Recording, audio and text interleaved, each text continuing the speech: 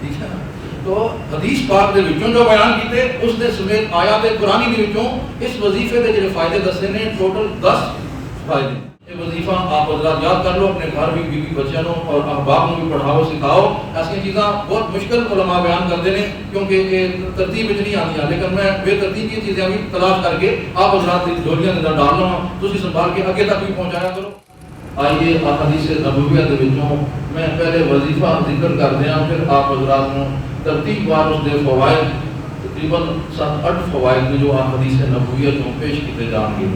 وظیفہ کی ہے رضیت باللہ ربا وبالاسلام دینا وبمحمد نبیا. یاد ہے آپ میرے نال پڑھو، رضیت باللہ ربا وبالاسلام دینا وبمحمد نبیا صلی اللہ علیہ وسلم. کوئی بہت مشکل تو نہیں وظیفہ. حضرات آپ اندازہ لگانا کہ اہل اسلام اور عاشقان رسول کے واسطے اللہ تعالیٰ نے کتنے آسان خزانے رکھے ہوئے نے، لیکن عاشق نے کہ خزانے کے نیڑے جانا چاہ ہی نہیں رہے. لہذا آج میں آپ حضرات ہوں اس جو ایک لائن کا بھی وظیفہ پوری لائن نہیں بنتی، رضیت باللہ ربا وبالاسلام دینا وبمحمد نبیا. اس کے فضائل آپ حضرات کے سامنے ذکر کرنا چاہتا ہے تاکہ آپ حضرات بھی انہوں کو نفع اندوز ہو سکو. حضرات گرامی قدر، اس وظیفہ کے سلسلہ کے اندر پہلی جو روایت ہے وہ حضرت عباس ابن عبد المطلب نبی کریم صلی اللہ علیہ وسلم کے عم محترم یعنی حضور کے چچا حضرت عباس ابن عبد المطلب رضی اللہ تعالیٰ عنہ آپ اس کے راوی نے وہ فرماتے ہیں کہ رسول اللہ صلی اللہ علیہ وسلم نے ارشاد فرمایا ذاک طعم الایمان من رضی باللہ ربا وبالاسلام دینا وبمحمد نبیا. کہ جس شخص نے بھی ایک کلمات زبان کے نال اور زبان تو بعد دل کی تصدیق نال کہہ دیتے کہ میں اللہ دے رب ہون تے راضی اور اسلام دے دین ہون تے راضی اور محمد صلی اللہ علیہ وسلم دے نبی ہون تے راضی. حضور اکرم صلی اللہ علیہ وسلم نے ارشاد فرمایا اس نے ایمان دا ذائقہ چکھ لیا، ایمان دا ذائقہ اس نے پا لیا. حضرات اس طرح کھانے دے ذائقے نے اسی طرح ایمان کا بھی ذائقہ ہے. ایمان دے ذائقے دا لطف اٹھانا چاہو تو یہ وظیفہ ہے رضیت باللہ ربا وبالاسلام دینا وبمحمد نبیا. دوسری روایت حضرت سعد بن ابی وقاص رضی اللہ تعالیٰ عنہ راوی نے آپ فرماتے ہیں کہ رسول کریم صلی اللہ علیہ وسلم نے ارشاد فرمایا جڑا بندہ آذان سنے کی کرے. سب سے پہلی بات ہے ذہن نشین کرو کہ اسی آذان دے وقت بھی اپنی گفتگو اور بحث و مباحث اور معاملات دنیا نہیں چھوڑتے.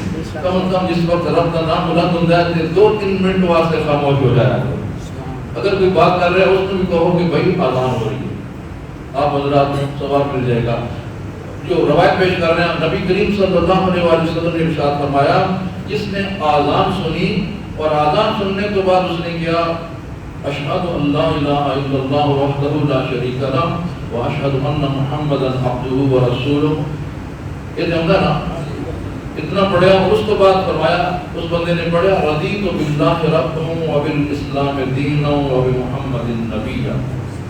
یعنی جو وظیفہ میں آپ حضرات سامنے پیش کر رہے ہیں اس کا بھی ذکر اس دن ہے. پہلے کلمہ شہادت پڑھیا، اذان سننے تو بعد کلمہ شہادت پڑھیا، تو کلمہ شہادت تو بعد اے الفاظ دہرائے رضیت باللہ ربا وبالاسلام دینا وبمحمد نبیا. انشاءاللہ میں اتنی مرتبہ انہوں کو دہرانا ہے کہ تسی اٹھنے لگے یاد کر کے جاؤ. یاد ہویا کچھ نہیں؟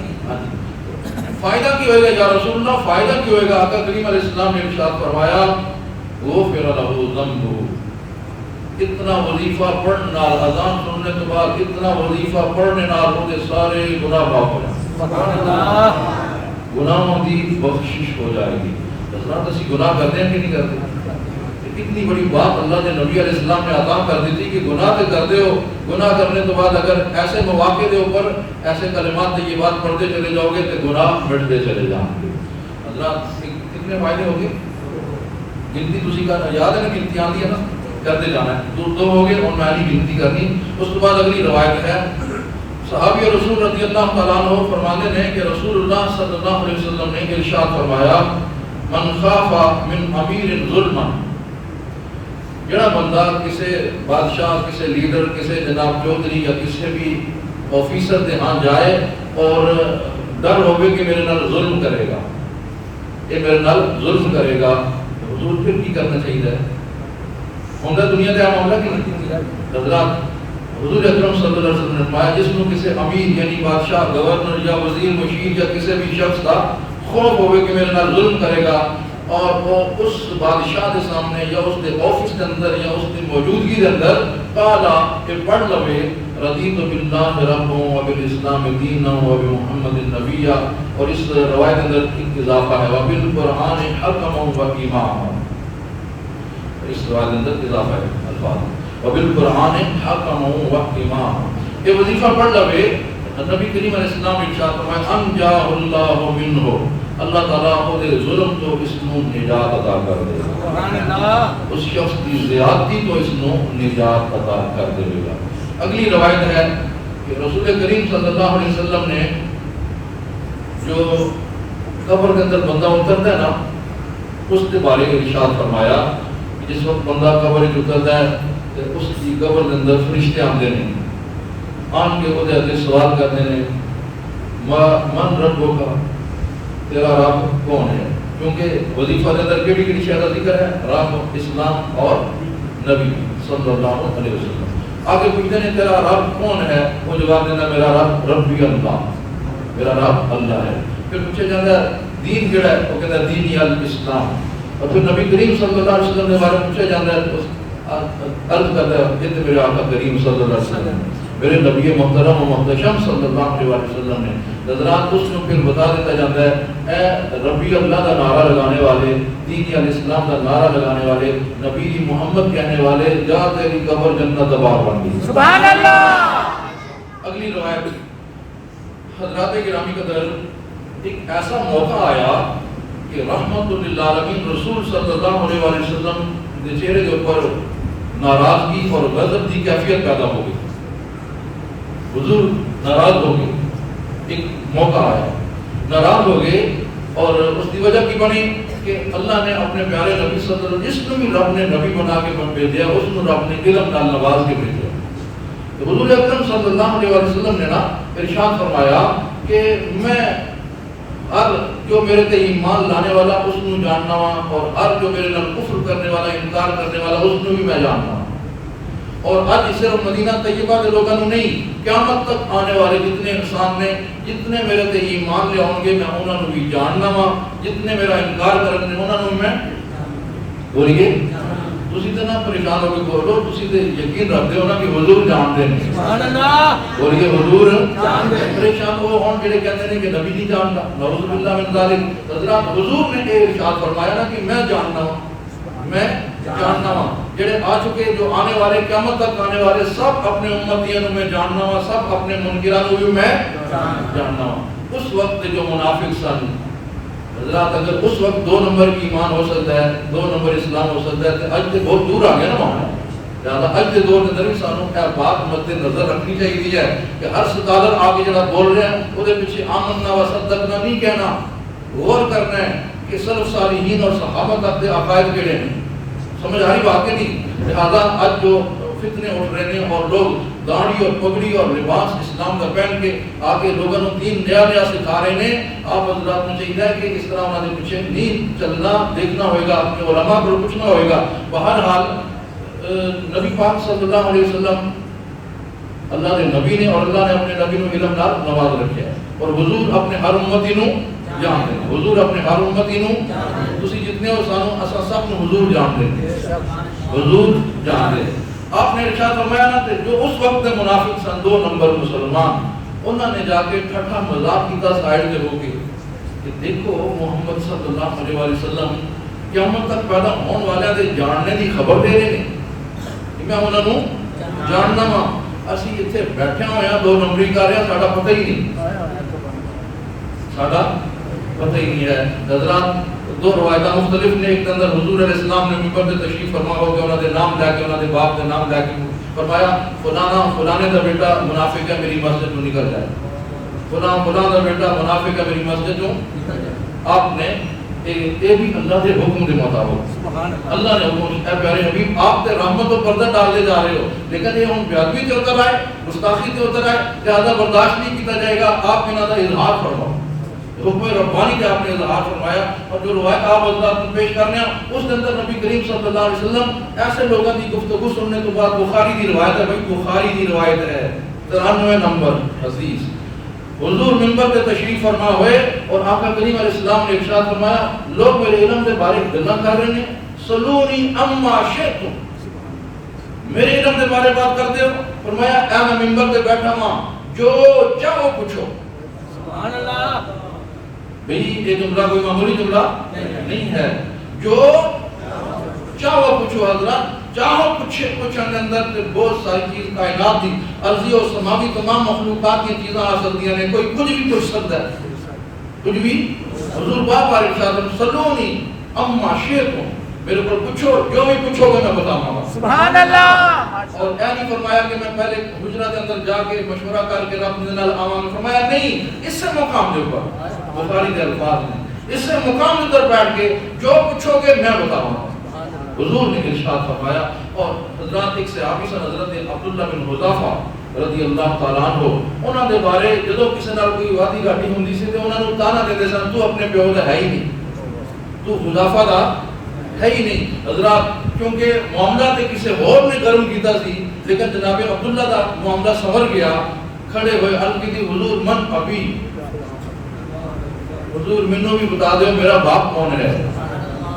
حضرات آپ بتاؤ کہ ایک باپ کون ہے، معلوم ہونا کس کس نو پتہ ہے، ایک ماں نو تے ایک جڑا اس دے نال شامل شخص ہے، باپ کی حیثیت رکھنے والا، اس تو سوا کوئی تریہ بندہ اس کو جان سکتا نہیں، بتائیے جان سکتا ہے؟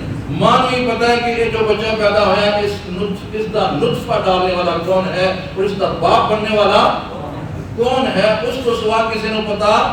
لیکن صحابی جو کھڑے ہو کے پوچھ رہے ہیں، کہ صحابی نو پتہ سی کہ حضور خود فرما رہے ہیں جو چاہو پوچھو، حضور جان دینے کہ میرا باپ کون ہے اور میرے نطفہ کی اصل کون ہے۔ نبی کریم علیہ السلام نے نہیں فرمایا کہہ رہا ہوں میں جبریل کو پوچھ لوں، نہیں فرمایا، حضور نے فرمایا ابو کا حذیفہ، تیرا باپ حذیفہ ہے۔ لوگ جھوٹ بول دیں گے، تینوں غلط بیانی کر کے پریشان کر دے، تیرا باپ کون ہے؟ حذیفہ۔ حضرات میں وظیفہ بتا رہا ہوں کہ وظیفے کے اندر روایت آ گئی جس نے زیادہ وقت لے لیا، بتانا ہے چاہنا کہ نبی پاک صلی اللہ علیہ وسلم کو غضب نہ کر دیتا ایسے لوگوں نے جنہوں نے کہا کہ نبی نو کی پتہ ہے، نبی نو کی پتہ ہے۔ حضور ناراض ہو کے منبر سے تشریف فرما ہے، فرمایا پوچھو میرے کو کی پوچھنا ہے، میں اتنے ہی دساں گا، پوچھو میرے کو کی پوچھنا ہے۔ حضور نے چند لوگوں نے سوالات کے جوابات دیتے اور حضور کے چہرے تے جو ناراضگی کے آثار سننا، حضرات پھر جو رازدان ہوندے نے وہی راز جاندے نے، رازدان ہی راز جاندے نے۔ حضرات حضور دے رازدان جناب فاروق اعظم رضی اللہ تعالیٰ عنہ اگے بڑے اور دو زن ہو کے بیٹھ گئے، گھٹنے ٹیک کے حضور دے سامنے بیٹھ گئے اور عرض کی تھی حضور رضینا باللہ ربا وبالاسلام دینا وبمحمد النبی۔ حضور و بیوقوف لوگ نے جنہوں نے گلا کیتیاں، سرکار اسی سارے جو حضور دے صحابہ ہاں، اسی تواڈے جو رب بتایا نا کہ اللہ ہے، اسی اس رب تے راضی ہیں، جناب نے بتایا نا اسلام دین ہے، اسی اس دین تے راضی ہیں، اور سرکار آپ اللہ دے نبی ہو نا، اسی آپ دے نبی ہون تے راضی ہیں، حضور کرم فرما دو، حضور جناب کے گوڑے میں ہاتھ لے، حضور کرم فرما دیجئے۔ حضرات بتانا ہے ایسی کہ جیسے ہی فاروق اعظم رضی اللہ عنہ نے اے جملے بولے نا جو اسی وظیفہ آپ حضرات کو بتا رہے ہیں کہ رضیت باللہ ربا وبالاسلام دینا وبمحمد النبی، فاروق اعظم نے یہ الفاظ بولے تھے، حضور راضی ہو گئے، سبحان اللہ، حضور راضی ہو گئے۔ اور آپ صلی اللہ علیہ وسلم بتانا ہے چاہنا کہ یہ وظیفہ جو ہے رضیت باللہ ربا وبالاسلام دینا وبمحمد النبی، حضور اگر ادھر غضبناک ہوئے تو پڑھنے کے نال حضور راضی ہو گئے، جڑا بندہ حضور کا امتی یہ وظیفہ پڑھتا ہوئے گا قیامت میں جب حاضر ہوئے گا تو حضور ادھر بھی راضی ہو جائیں گے، حضور اس وقت بھی راضی ہو جائیں گے۔ حضرات یہ بخاری شریف سی، اس کے بعد اگلی روایت ہے اسے وظیفہ دے بارے ابو داؤد شریف کے اندر کہ سرکار دو عالم صلی اللہ علیہ وسلم حضرت ابو سعید الخدری رضی اللہ عنہ راوی نے کہ حضور اکرم صلی اللہ علیہ وسلم نے ارشاد فرمایا جس شخص نے پڑھا وظیفہ رضیت باللہ ربا وبالاسلام دینا وبمحمد النبی وجبت لہ الجنہ، جس شخص نے اے وظیفہ پڑھیا وہ دے واسطے جنت واجب ہوگی، سبحان اللہ، وہ دے واسطے جنت۔ تو آپ بتاؤ نا کہ وظیفہ جڑا آپ حضرات کو بتا رہے ہیں کتنا بڑا خزانہ ہے، پھر آج تو اس میں ذہن نشین کر کے جاؤ آگے بڑھیے آپ سنتے جاؤ حضرات گرامی قدر. اگلی روایت ہے کہ مسند امام احمد کے اندر ہے نبی کریم صلی اللہ علیہ وسلم نے ارشاد فرمایا ما من مسلم یقول حین یمسی و حین یصبح ثلاث مرات. جڑا مسلمان بھی صبح دے وقت 3 بار پڑھ لوے اور شام دے وقت 3 بار پڑھ لوے کیڑی شے رضیت باللہ ربا و بالاسلام دینا و بمحمد النبی. میں چاہوں گا ایک بار میرے نال پر پڑھو پڑھنا آتا ہے کہ نہیں رضیت باللہ ربا و بالاسلام دینا و بمحمد النبی. رضیت باللہ ربا و بالاسلام دینا و بمحمد النبی صلی اللہ علیہ وسلم. جڑا بندہ صبح و شام 3 بار پڑھ لوے ایسی 2 بار پڑھا کوئی وقت لگ گیا ایک بار اور پڑھ لیے تو پھر بھی وقت کوئی نہیں لگے گا. تو فضیلت سنیے آقا کریم علیہ السلام نے ارشاد فرمایا الا کان حقا علی اللہ ان یرضیہ یوم القیامہ. جڑا بندہ 3 بار صبح کے پڑھ لوے 3 بار شام میں وظیفہ پڑھ لوے پھر اللہ دے حق اللہ دے اوپر ہے حق ہے اس بندے دا کہ اللہ قیامت والے دیہاڑے کو دے تو راضی ہو جائے. اللہ دے تو وقت بھی ختم ہو جائے اور میرے فوائد والی حدیث جو آخری حدیث آپ پیش کر رہے ہیں حضرات رسول کریم صلی اللہ علیہ وسلم نے مزید جو کرم فرمایا سماعت فرمائیے اور یاد کر کے آئندہ صبح و شام 3 بار یہ وظیفہ ضرور پڑھ لیا کریے. آقا کریم علیہ السلام نے ارشاد فرمایا روایت ہے معجم کبیر تھی امام طبرانی نے ذکر فرمائی من قال اذا اصبح اس بندے نے صبح کی تھی اور پڑھا رضیت باللہ ربا و بالاسلام دینا و بمحمد النبی. فائدہ کی فرمایا انا الزعیم میں اس کا قائد ہوں گا. سمجھے کہ نہیں لفظ سمجھے ہوں گے تو مسجد کی چھت تو آواز نکل کے کتنے خدامہ تک سبحان اللہ چلی جانی تھی. دوبارہ سنیے حضور نے فرمایا جڑا بندہ صبح کرے اور اس وقت پڑھے رضیت باللہ ربا و بالاسلام دینا و بمحمد النبی انا الزعیم میں اس کا قائد ہوں. سبحان اللہ. اللہ اکبر. قائد کتوں دا فرمایا لآخذن بیدہ اس کا ہاتھ میں پکڑا گا. قیامت والے دن اس کا ہاتھ میں پکڑا گا. اور جو صرف و ناف جاننے والے لوگ نے انہوں نے پتا ہونا چاہیے لام تاکید دی ہے نون بھی تاکید دی ہے. حضور نے عام جملہ نہیں فرمایا تاکید والا جملہ ضرور بالضرور یعنی شک والی بات نہیں ہے لازماً یقیناً میں اس شخص کا ہاتھ پکڑا گا قیامت والے دن حتی ادخلہ الجنہ یہاں تک کہ میں اسے جنت میں داخل کر دوں گا.